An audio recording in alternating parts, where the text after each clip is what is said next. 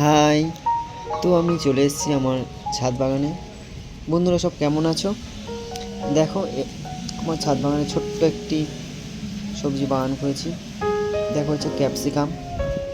কত বড় বড় ক্যাপসিকাম! এই ফার্স্ট টাইম আমি ক্যাপসিকাম চাষ করেছি।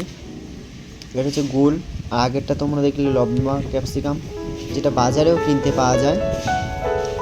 শুধু সাইজগুলো দেখো বন্ধু। এটা হচ্ছে দেশি লঙ্কা,